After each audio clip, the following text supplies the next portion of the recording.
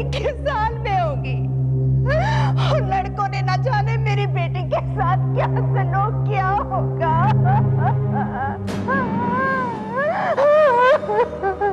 Sunita ji, don't worry, आपकी बेटी को कुछ नहीं होगा। इतना सब होने के बावजूद भी आप ये कह रहे हैं कि कुछ नहीं होगा। काश मैं अपनी बेटी पर इतनी पाबंदियां ना लगाती, उसकी हर बात, उसकी परेशानियां सुनती, तो आज ये नौबत ना आती।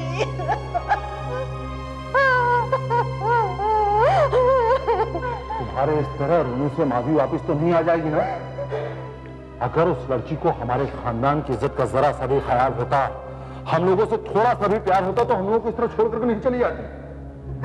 इंस्पेक्टर विजय, मेरी बेटी को मुझसे मिला दीजिए। मैं उसके बिना जिंदा नहीं रह सकती। सुनीता जी, आप धीरज रखिए, हम आपकी बेटी को ढूंढने की पूरी कोशिश कर रहे हैं। लेकिन नाकाम कोशिश। अभी तक माधवी का कुछ सामान ही तुम्हारे हाथ लगा है। अब तक तो राहुल और उसके साथी न जाने मेरी भांजी को कहां लेकर चले गए होंगे। भगवान ही जाने इन लोगों ने मेरी माधवी का क्या हाल किया होगा। कर्नल साहब, इस सामान का और इस कार का मिलना यह साबित करता है कि वो लोग इसी शहर में ज्यादा दूर नहीं गए। एंड आई प्रॉमिस यू कि वो जहां कहीं भी होंगे, इंस्पेक्टर विजय की आंखें उन्हें ढूंढ निकालेगी।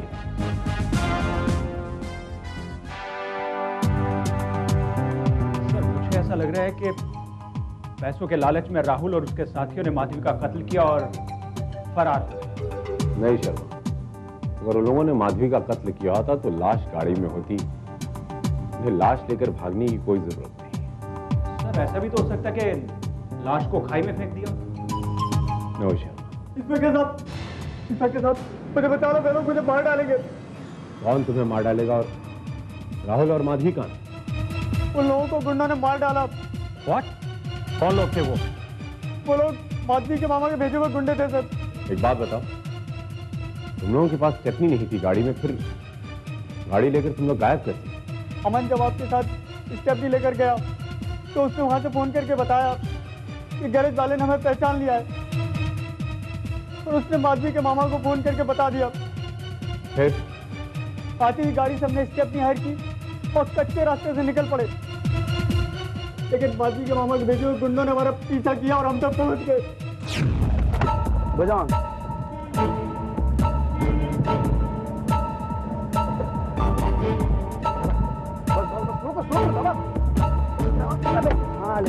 अरे कैसे चला रहे हैं आप गाड़ी?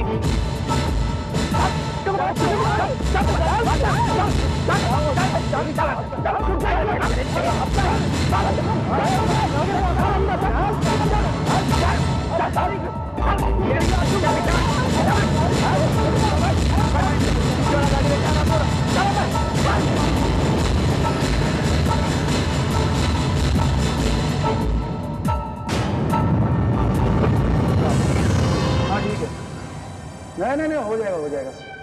नहीं, उसमें कोई बात नहीं। अच्छा, और इन 2 चिकनों का क्या करना है? हाँ ठीक है। नहीं, हो जाएगा। चलो ठीक है। क्या बोला रे? मैडम और माल पहुंचाना है वहाँ पे, और इन 2 चिकनों को टपकाना है। मैं मैडम के पास ले जाता हूँ। चल चल। तुम ऐसा नहीं कर सकते। मुझे पता तुम लोग को यहाँ पे मामा जी ने भेजा है। ला मेरी बात करो उनसे। चल रे मामा जी, चल छोड़ दो इसे। चल बोला अरे क्या करें? अच्छा, आप इसे छोड़ दीजिए। अभी बंदूक क्या दिखा रहे हैं आप? इसे हटाइए। आप इसे छोड़ते नहीं है। पीछे हट लेना, तेरे लोग नीचे कीजिए। पीछे हटा, छोड़ दीजिए मुझे। ठीक है, तुम्हें कुछ नहीं होगा। तुम मुझे छोड़ के नहीं जा सकते। माधवी।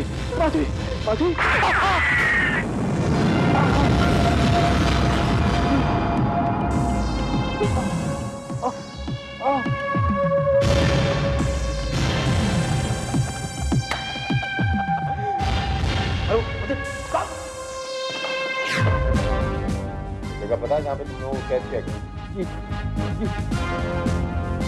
शर्मा। Yes sir.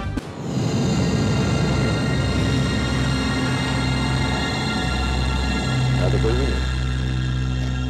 शायद वो लोग राहुल और माधवी को लेकर कहीं बाहर चले गए होंगे। सर देखिए,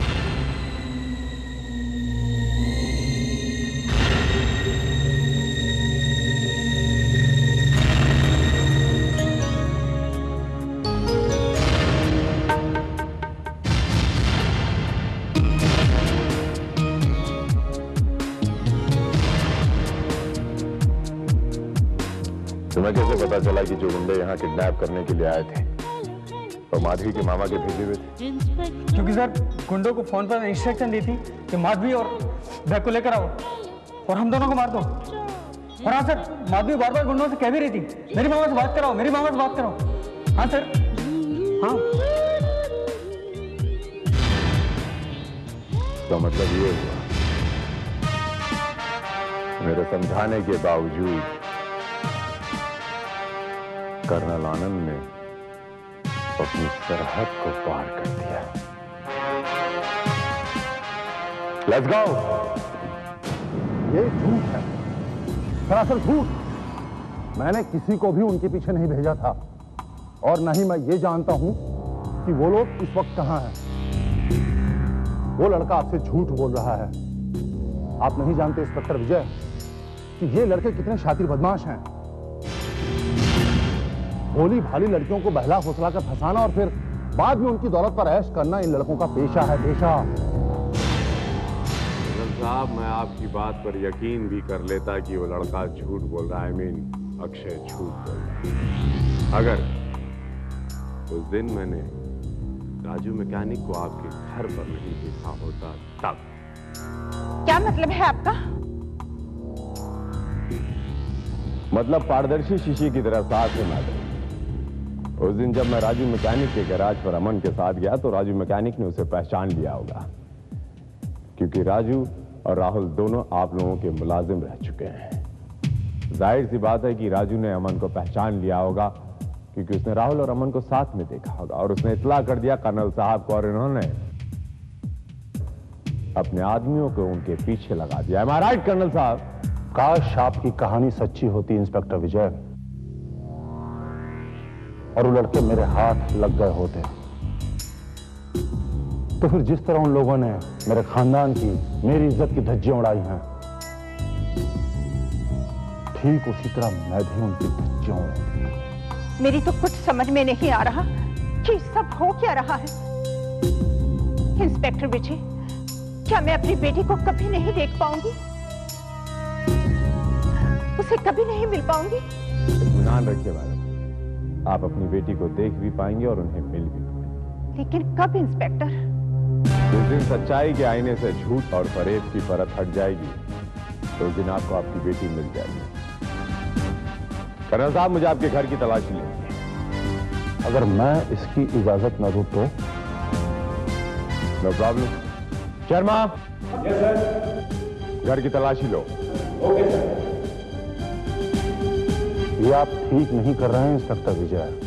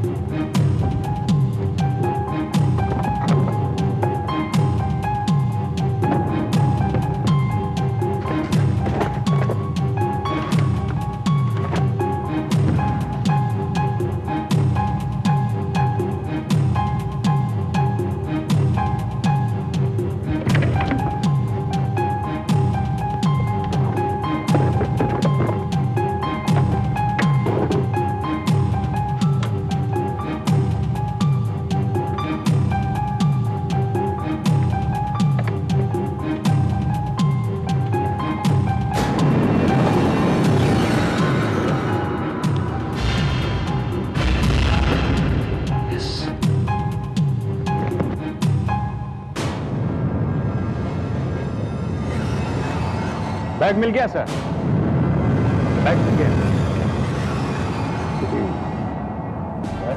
मेरे घर में कैसे आया? कर्नल साहब, इस बैग के साथ साथ आपका, इस बैग के साथ साथ आपका झूठ भी खुल गया। अच्छा सच बताओ कि माधवी और राहुल कहां है? एक्टिंग करने की जरूरत नहीं है कर्नल साहब। इंस्पेक्टर विजय, ये बैग मेरे घर में कैसे आया ये मुझे बिल्कुल भी नहीं पता। कमाल है कर्नल साहब, कमाल है, आपके घर के बेडरूम में कोई बैग छोड़कर चला गया और आपको कानो कान खबर तक नहीं। कर्नल साहब, अपने घर के घुसपैठियों को आप रोक नहीं सकते, सरहद के घुसपैठियों को कैसे रोकते होंगे आप? लोक इंस्पेक्टर, कोई मुझ पर इस तरह का इल्जाम लगा ये मुझे बिल्कुल बर्दाश्त नहीं। अगर आप इस बैग के बारे में नहीं जानते तो ये बैग इस घर में आया कहां से? तो तुम भी मुझ पर शक कर रही हो? माधवी मेरी भांजी है, मैंने उसे अपनी औलाद की तरह पाला है। मैं भला उसे कोई नुकसान कैसे पहुंचा सकता हूं? क्या तुम भी मुझ पर भरोसा नहीं करती? मुझे आप पे तो भरोसा है, लेकिन आपके गुस्से पर भरोसा नहीं। काश मैंने आपकी बात ना मानी होती, माधवी की शादी राहुल से कर दी होती, तो कम से कम मुझे आज ये दिन तो ना देखना पड़ता। मेरी बच्ची जिंदा होती। अगर मेरी बच्ची ही जिंदा नहीं तो मुझे भी जिंदा नहीं रहना। ये जायदाद के नोट मेरे किस काम के?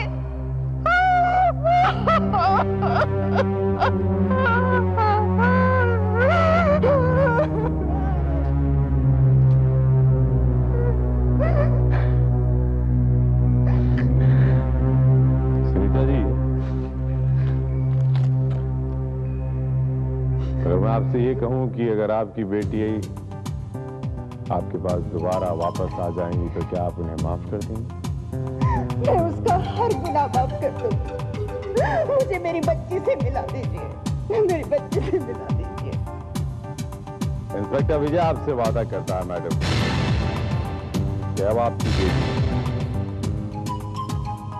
बहुत जल्द आपके पास होगी। वर्मा। Yes sir.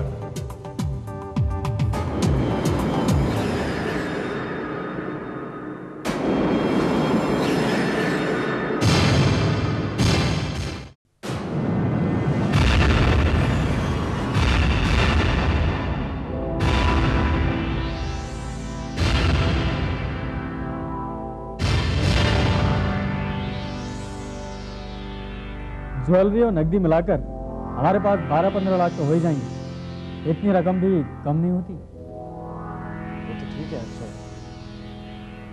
लेकिन ये सब जो हमने किया, क्या ठीक किया? तू अपनी फिलॉसफी मत दिखा। बस यही एक तरीका था हमारे पास कर्नल और पुलिस से बचने का।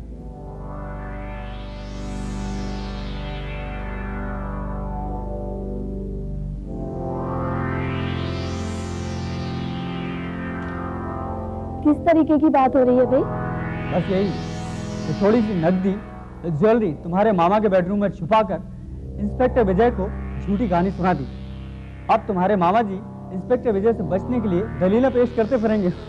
और हम दोनों किसी हिल स्टेशन पर जाकर चैन की बंसी बजाएंगे।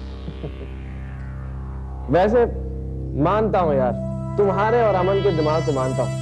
क्या प्लान बनाया, इतनी अच्छी कहानी। वो गुंडे, उसके बाद हमारा किडनैप होना, सब झूठ है। लेकिन यार अमन ने राजू टायर वाले की बात सुनकर फोन ना किया होता और वक्त पर वो कार वाले ने स्टेपनी ना बेची होती तो हम मुसीबत में पड़ जाते। भगवान ने हमारा साथ दिया और हम मामा जी और इंस्पेक्टर विजय को बेवकूफ बनाने में कामयाब हुए।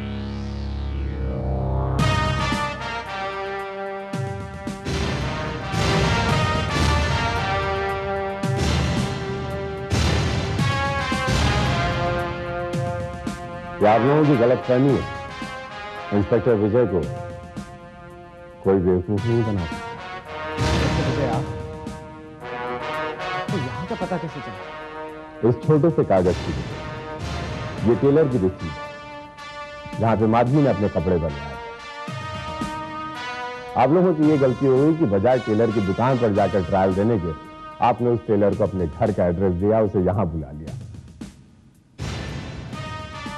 उसके बाद टेलर ने मुझे यहाँ का एड्रेस दे दिया और इंस्पेक्टर विजय यहाँ आ गए। लेकिन यहाँ तक आप पहुंचकर भी हमें गिरफ्तार नहीं कर सकते इंस्पेक्टर विजय, क्योंकि मैं बालिग हूँ और हमें अपनी जिंदगी का फैसला करने का हक आपके कानून ने दिया है।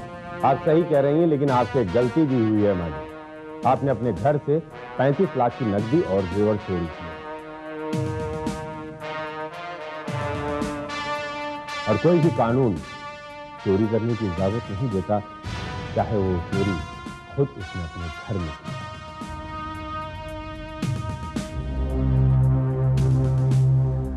इंस्पेक्टर विजय,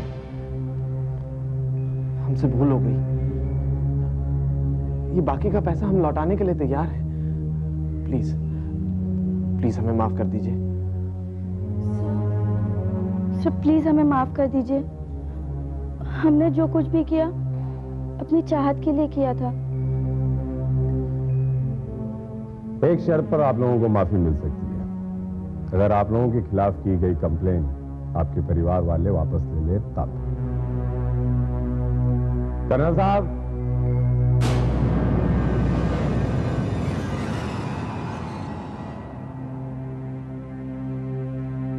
इंस्पेक्टर विजय, मैं अपनी कंप्लेन वापस लेता हूं। वैसे भी बच्ची बेकसूर है। इन लोगों ने जो कुछ भी किया उसका असली जिम्मेदार मैं ही हूं। मैं हूं आपका असली मुजरिम, इंस्पेक्टर विजय। आपने ठीक क्या समझा। किसी भी व्यक्ति को जुर्म करने के लिए उकसाने वाला उससे बड़ा गुनहगार होता है। इसीलिए आपके साथ साथ मैं इस देश के तमाम माता पिता और उनके गार्जियनों को नसीहत देता हूं कि बजाय अपनी सोच अपने बच्चों पर थोपने के, उनके साथ बैठकर उन्हें समझने की कोशिश करें, क्योंकि इन्हीं बच्चों में हमारे देश का भविष्य छिपा हुआ है। Good luck.